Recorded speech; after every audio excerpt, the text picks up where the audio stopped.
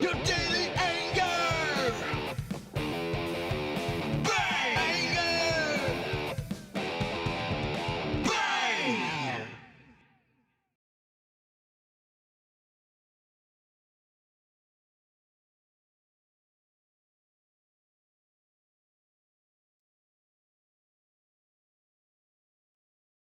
Ladies and gentlemen, welcome to the Daily Anger Bang. My name is JC.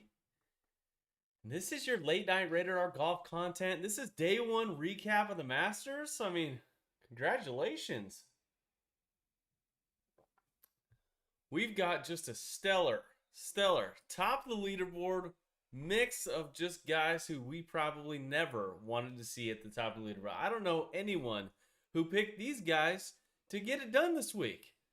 I mean, let's just go to the board. I mean, Justin Rose at 7 under. I mean, playing just crazy good golf right now. Let's just go back and recap what Justin Rose has done this year. He's withdrawn from like 2 events. He's not shown up to several events to include the Players, WGCs, was just this mystery guy for 4 weeks.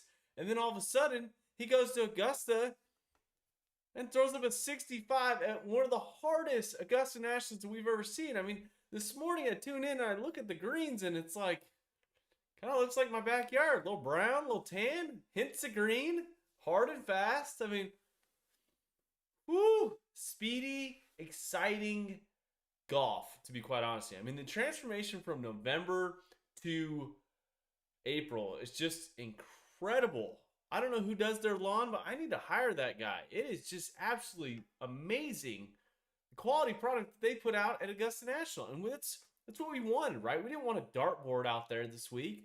We wanted guys to struggle and kind of make it feel like a major championship. And sure enough, today, good God, it was absolutely remarkable. Again, not to bring up, this star-studded event, at the top of the leaderboard, but you got Justin Rose leading by 4 shots. And then you've got Brian Harman, Hideki Matsuyama, both guys who, I mean, don't get me wrong, they're popular and not when I mean, no one picked them. Like, literally no one picked them. Like, we had 23 golfers that entered this contest, and no one picked Hideki or Brian Harman, but good for them. Goes out there and shoots 69. And then you've got Cristiano Bezindauda, Patrick Reed, Webb Simpson, Will Zalatoris, all sitting at -2. And it's just incredible the depth that we have out at the Masters. And it's one of those things that you look at and you realize the 82 guys, this field is definitely stacked full of great ball strikers. And that's what I look at the top of the leaderboard right now. I mean, you look at them and you realize, like, these guys are great iron players. And today you had to hit greens. And when you hit green, it was just middle of the green. Don't get near the flag. Don't get anything stupid. Don't get near the front. Don't get near the back. Don't get near the sides. Just get to the middle. Because that's how you make birdie. Because Justin Rose proved that today. I mean, goes out there and he was 9 under for the last 9 holes of his round, which was just absolutely crazy. So let's get into the show. But I mean, not far back in this second wave of golfers, this afternoon wave really was probably the most entertaining golf that we actually got to see.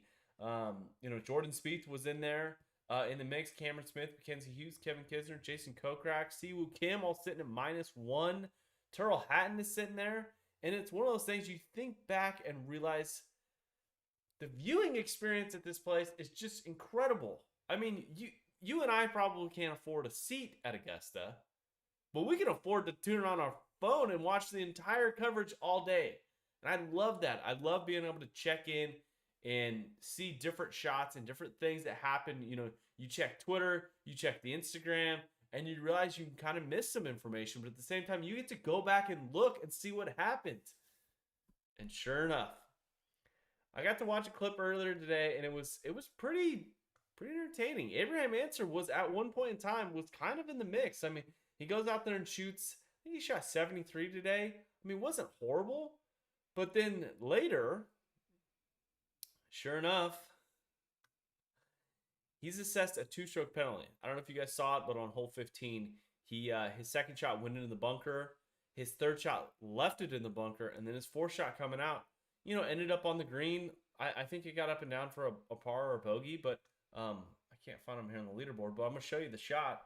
He it was one of those things that you look at and realize. Let's turn this camera around.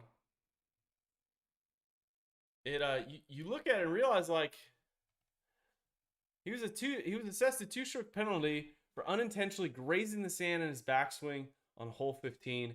It was one of those things that we went ahead and looked at. I dove into it and made sure that he didn't pull a whole Patrick Reed, and he didn't. It was very, very slightly, but he was assessed a 2-stroke penalty, which is pretty crazy. I mean, he was playing pretty good golf, but it was one of those things that popped up. Another thing that I wanted to cover, I can't for whatever. I set my stupid camera up in the wrong spot. I can't see my my little tag thing where I can see stuff. It's what's up next? We've got, let's see here.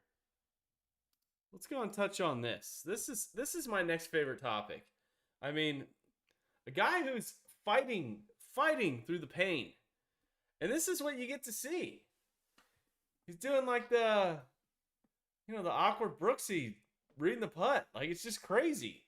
But the craziest thing about him is he didn't play particularly well. I think he shot 2 or 3 over today. And, we had a lot of expectations, especially when he talks as much as he does. When he does talk, Brooks Koepka, good God, you just wait for it because you know he's going to do something crazy, maybe something special. But he particularly didn't play well today. His dad reported that he is fighting through some tremendous pain. And you really couldn't tell out there. I mean, you got to let this guy, like, he's got to do something more than just kind of, like, walk around. Like, I need some pain. I need a couple tears. I need him to start dragging his leg. I need his caddy to, like, put him on his back with his bag and just start hoofing him up, or, up or down the hill. But the thing that I wanted to bring up the most was his stupid outfit. Oh my God. Like, what is wrong with Nike? I love Nike gear. Don't get me wrong. As some of you know, hell, I had a whole rant about Nike gear. We're not taking any freaking knees, but it's one of those things that you realize, like, Nike is producing some of the ugliest stuff I've ever seen in my life. And it was just shocking to me. But another guy who played particularly well, sorry, I'm just going to get out of frame here for a second. It's another guy who is playing particularly well and who at the beginning of the week did not have a clothing sponsor. But he does now. He's got a new hat. He's got some new shirts. He's got some new pants. He's got logos everywhere. He had so many logos he's got so many logos. They're like literally on the back of his hats. I didn't know we could even sell them that. Apparently, his wife Justine on Tuesday got kicked off the golf course for talking on her cell phone too loud. Shocking, right? She was probably working out some of these clothing deals. He looked like an Oreo, in my opinion. He played pretty good golf. He bogeyed 18, unfortunately, to get to 2 under. But you look at the leaderboard, and it's one of those things that, God, I did not predict this at all. I did not see this coming at all. Let's see here. Matt Colson, Tommy Fleetwood had an ugly ass shirt on as well. I don't know what Nike's doing. I don't know what's wrong. I just don't. It's crazy to me the shit they put those guys in. And to be honest with you, like, all the guys, their outfits don't look good. It's just crazy. It's absolutely crazy to me. But let's get to the real story. Let me get to my bracket here. Let's turn you guys around. Let's get to the real story. I mean, if anyone's gonna play horrible out there, it might as well be Rory McIlroy. Does not play particularly well. It's +4. He's tied with Brooks. He's tied with Bryson DeChambeau. But I don't know if you can tell in this little picture here, but this white guy in the white shirt with a little bent knee, that's his dad. Rory McIlroy accidentally hit his dad out playing the golf course today. Like, what the hell is going on? It's absolutely crazy. Like, I don't know what's going on in the world these days, but it's one of those things you just can't make it up. Roy hits one into the woods, has to hook one out, sure enough tags his dad to a point where he created a backboard. It was by accident. You could tell his dad wasn't like out there with like trying to knock the ball back in bounds, but just kind of some crazy things going on. But let's see here. Who do we got here sitting on the show? Matt Colson, 517 Golf. What's up, buddy? Tated 10. I'm still waiting for my clothing sponsor. 10 to 10. We absolutely can work out a deal. I definitely will hook you up with a clothing sponsor. Unfortunately, you have to pay us to have it shipped to you. No big deal. We'll get those things done. Uncommon.golf, really appreciate it. Aloha Press Kate, Ernest Thread, Johnson _ body, love it, buddy. Eddie.Maria, Grandma Jan, love it. Thanks for joining me tonight. It's one of those things we're amped up. It was a good day in golf for the most part. The golf course was challenging and fun. But the thing that I wanted to address, how far is too far back? I mean, day one's in the books, but if Justin Rose goes out there and plays on this hard, fast golf course again and goes out and shoots 68, puts himself at 11 under, I mean, good God, it is going to be a freaking horse race out there, right? It's going to be a one-horse show. And this guy historically has played really well. I mean, hell, he lost in a playoff to Sergio Garcia, back in 2000, I think it was 2017. So he's got a lot of experience. He's played here 15 times. But the guys who really have no chance of coming back are some of the other old guys. Some of the guys you might look up to. Larry Mize, 12 over. Carlos Ortiz, unfortunately. We got Sandy Lyle, Mr. Suspenders, goes out there, shoots 81. Pretty amazing, pretty epic. VJ Sin breaks 80, 79.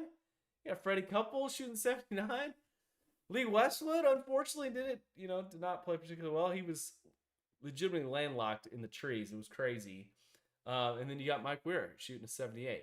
It was fun, but I don't know how far too far is back. I don't know if Justin Rose can back it up. I don't think the Augusta National staff is going to even Ian Woodsman in his 32nd Masters. How did he play today? That's crazy. He's 4 over, shot 76. That's awesome. It's so I don't think Augusta National is gonna lighten this thing up. I don't think they turn the faucet on and are soaking these greens. I think they absolutely enjoy every moment of this because this is one of the opportunities that they have. The weather's been really good, and with Saturday, it's gonna have some rain in it, which I hope not. I'm gonna be playing golf in the rain also, which is gonna suck. But with the rain, I don't think they're going to put any water on the golf course. I think tomorrow is going to be a nightmare. And I think the wind's going to kick up. And I think Justin Rose might be somewhere near even par. Would be a wild prediction.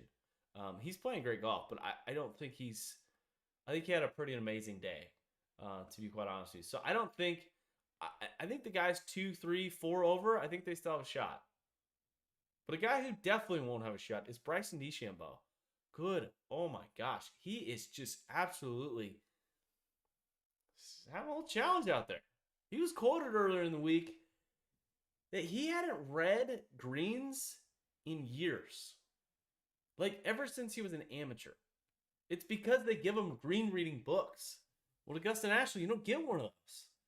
And you realize like what a skill it is to read greens. And Bryson DeChambeau just can't. And his iron play today was just horrendous. I don't care how far you hit the ball. He could not hit his numbers today. And I heard this little rumor that pretty much the single length irons, when you have to play on uphills or downhill lies or side hill lies, like that 7-iron length pitching wedge, all of a sudden becomes extremely hard to control when you're talking about shot shapes. And when I talk about shot shapes, I'm talking about hitting draws, cuts, fades, hooks. That 7-iron length like pitching wedge, all of a sudden lost that pitching wedge, especially when it's uphill or above the ball is above your feet, and you have the ability to just freaking pull it. And you have this natural ability just to keep hitting them farther and farther and farther. And it's really kind of crazy. So it's one of those things that you look at. I don't think DeChambeau has any chance at all to even make the cut, which we'll see. We'll see how the course conditions work out. But it's another thing that I wanted to address. Do you guys want to address anything that surprised you guys out there? I mean, Jordan Spieth chipped in on 15, which was remarkable. Shane Lowry was a guy who chipped essentially like one group in front of him and just chipped it into the water. Like had the same line as Jordan, but Jordan Spieth's golf ball just ran into this flagstick and dropped in the hole, and he made eagle. Where Shane legitimately had the same speed of chip and just chipped it into the water. It was great. Like guys were spinning off the green into water. It was just, to me, it was awesome. I have fun seeing those guys struggle around the greens, and because they don't get challenged that often, and when you have those types of conditions, you just see how good guys are, and if their game is really really good, and it was cool to see. So, is there anything that you guys want to address as Augusta National? We're gonna cover a topic where I get all fired up and angry. I've got it all prepped, ready to go. It's one of those things that you look at and realize that you get fired up. So I'm gonna give you guys an opportunity. You guys have any questions, comments about today's events? Any coverage takes? I thought the announcers did a good job. I watched a lot of featured group in the morning. Watched a little bit of Amen Corner, and then I tuned in pretty much for the broadcast side of it. And I thought they did a good job for the most part. It always reminds me when you're back at Augusta when they talk about different tournaments and different events and venues, and they just the language is different. The common language on the PGA Tour is just so different than it is out on the actual Augusta property, because they give those guys rules, things you can and can't say. You can't say mud balls. You can't say driving range. You can't say tee box. You can't say, like they described Jordan Spieth's victory last week, where they had to say, the event was in Texas. They did not announce any sponsors associated with those events, like the Valero Texas Open. They're not allowed to say those particular things. So you tune in and realize like the language is a little different, and it's you just remind yourself, hey, you're at Augusta National. But let's see here. We got anything else? Caddy Gear joined. Thanks for joining me, buddy. Appreciate it. It's let me check the old let's check the old fancy notes. See if we got anything else up on there. That's pretty much it. Let's get into the part where I get all fired up. You guys ready for that? Hope so. Probably should finish this. I don't know if you can drink on these things. I always look at YouTube and I'm like, hey, probably pull it off, right? So let's get fired up. So this particular show was supposed to be pretty entertaining. It's supposed to be pretty fun, and you know, I made kind of a pact with my son. He's 2 years old, and I said like, hey, we're gonna wake, and of course he doesn't have a choice because he's 2, but I said, hey, we're gonna wake up every morning before the Masters Thursday morning, and we're gonna watch the beginning round. We're gonna watch the start of it. They make the announcements. You get Jack, you get Gary Player out there, and you kind of make that kind of a tradition where eventually it's gonna get to stay home from school. There's some benefits down the road, and but this year was pretty special. It the first African American to play at the Masters in 1975 was Lee Elder, and he was an honorary. I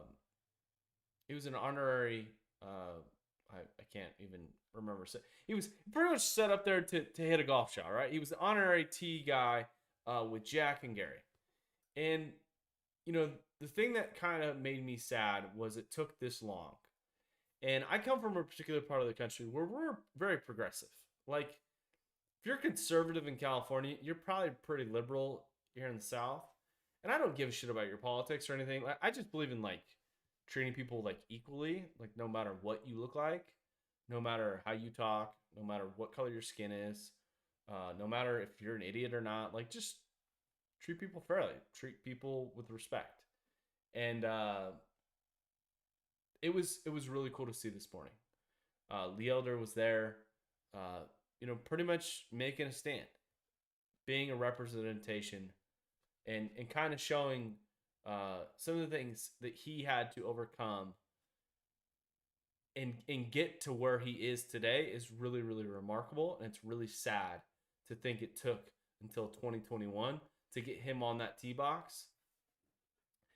And as I'm sitting there watching with my son, and they're doing the introductions, and you get to kind of see different guys in the background. Bubba, Cameron Champ. You got to see Phil Mickelson. Chris Tucker was there, one of my favorite comedians. And just some other folks. and it was unique, and it was really kind of special. And let me turn my camera around and show you guys what I'm talking about. It so you got to see Lee there, and for me, like, the saddest part about this whole thing is that you see a guy who's clearly on oxygen. He was able to stand and pretty much raise up his driver, and he was unable to hit an actual golf shot. And you realize, like, we waited too long. Like, and it's not we as a society. I have no fucking control. I just host a fucking angry show every week or every day. And it was just sad. It was sad on how long it took. But it didn't need to take away, like, my sadness didn't need to take away from the moment. And I recognized that moment. I was like, holy shit, this is a big deal. And I wanted my family to be a part of that.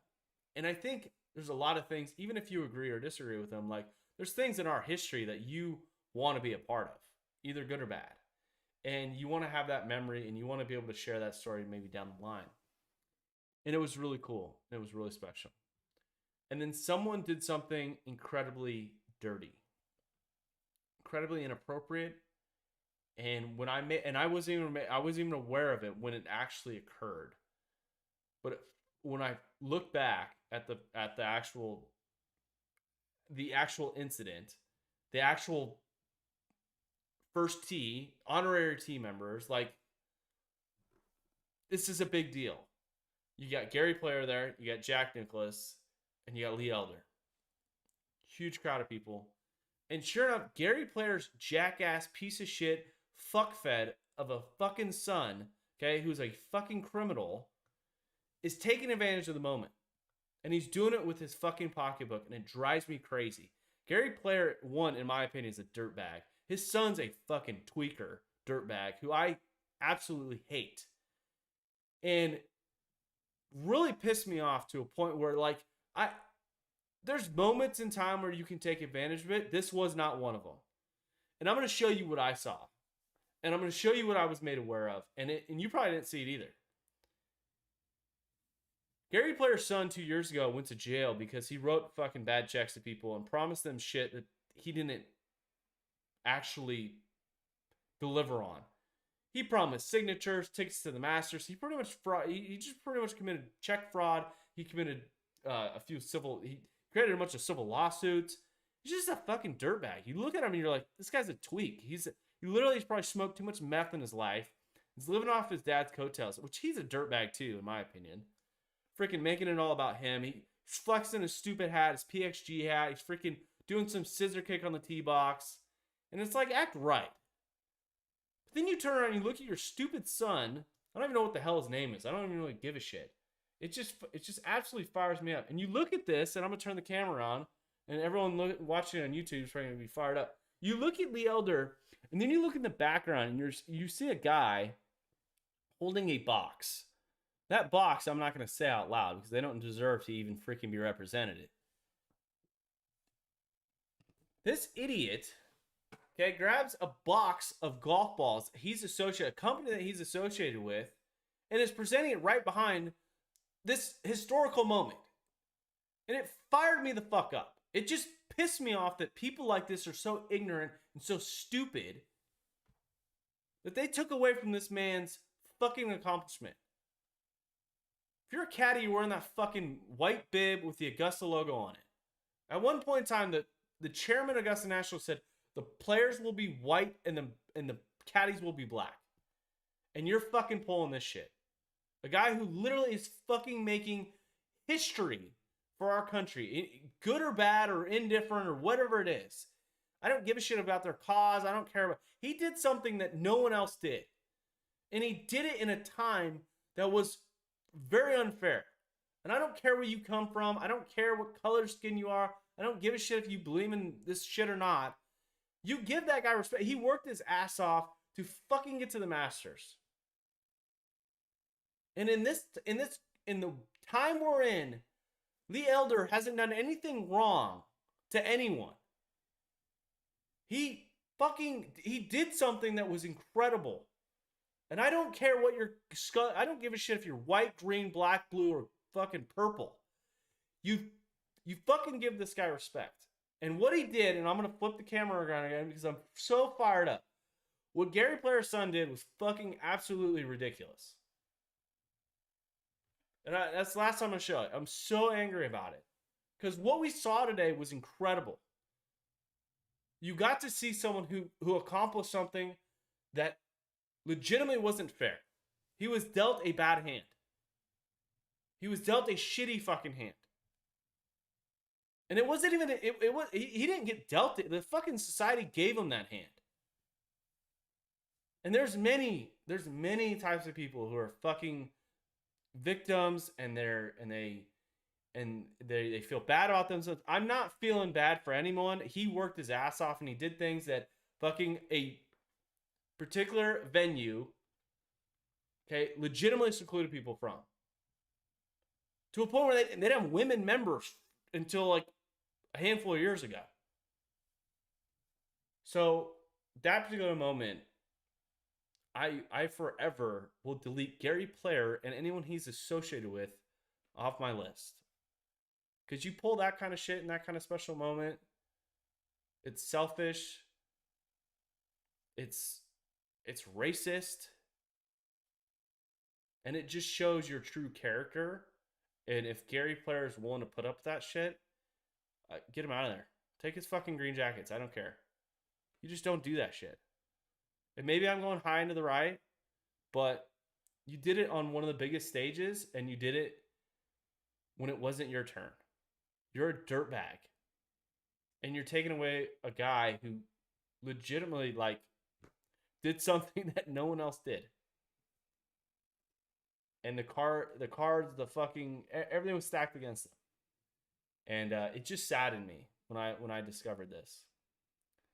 But with that being said, it was a really truly remarkable event. It was a remarkable day for golf. It was a remarkable day for our nation. I thought it was really special, and I thought it was really cool that Lee Elder was again standing on that tee box. Again, it should not have taken this long. I don't care how many fucking green jackets you have. I don't. You don't need to win something to be remarkable. You don't need to.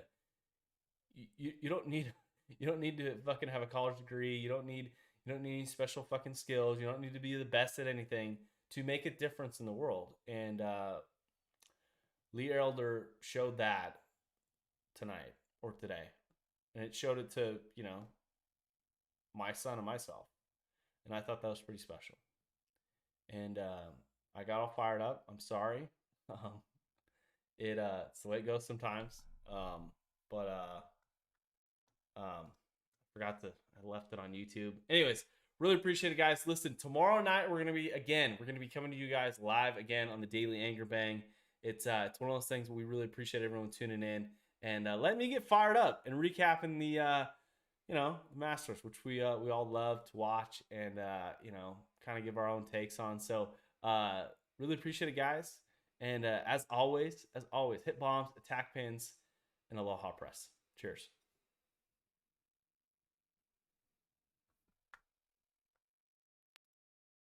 Your daily